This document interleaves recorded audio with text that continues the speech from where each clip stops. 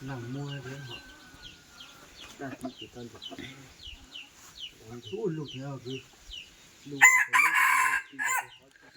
Hello, xin chào tất cả anh em đam mê trên mọi miền nhé. Hôm nay có hai anh bạn từ Bắc Yên qua bắt gà em nhé. Bắt cả hai con mồi nha anh em nhé. Hai con mồi mã vàng hôm qua thì hai anh em ở bên Bắc Yên qua tận nhà bắt rồi.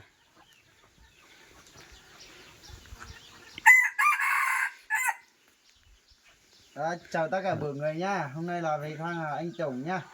Hai anh em mình là mỗi người mua một con nhá, mọi người nhá. Ai đang mang gà xuống đây mua của bạn là anh Tùng nhá.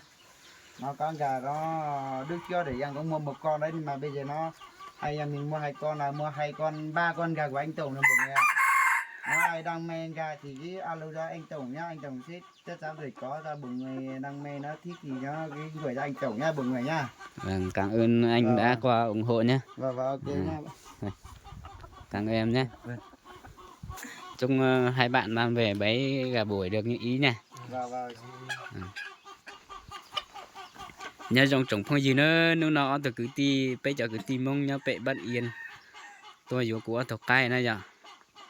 ở trò ở từ cứ ti nó chẳng tua đây tua ba tua vừa của được cái theo tua sai cụ thế nữa giờ bên ni hải bên nhẹ cái cụ gì bây giờ có cái gì nhá phải bay em qua nhà na của anh Tổng lúc YouTube thì đăng ký thì giờ cho cái thế thì năm ngoài tôi tin gọi như thế nữa tôi tin gọi như thế thì tôi sát cái thì yêu lên yêu auto đó ổn định thì cứ ít tù hay giờ thì yêu auto yêu bay tù nữa anh Tổng rồi nè giờ cứ tiếp phong gì cho gia đình thì nhạc cái là sao thì tôi sẽ đi theo tôi xây nhạc cái nữa mình chỉ nhóm muốn tôi sắp lấy vô cho lù đi theo rồi tao cho lù dù đang men gà ở này thì nhẹ là tôi vô tao nè bắt cháu cả nè tí này lấy cả chẳng ba giới thiệu ha yeah hai cho cứ tí sợ phong dư lên tí nhất đấy thì làm này tôi sẽ lo thế này giờ yeah cũng tại cú tổng là chỉ giờ này nhớ cái tiền thì chuyển khoản thế này giờ để cũng mà sát cái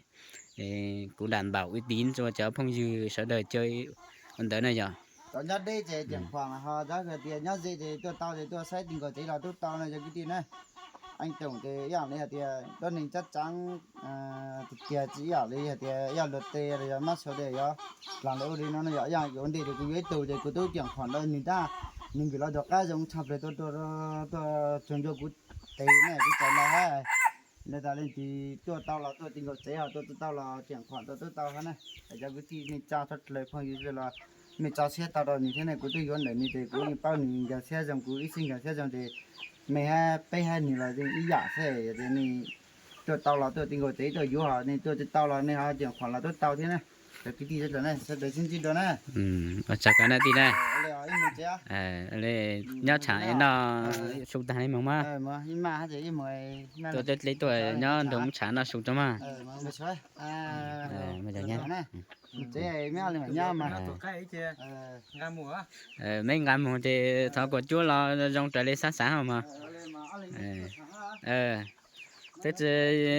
tết dù mấy đồ nhát trả sáng sáng tôi sáng rồi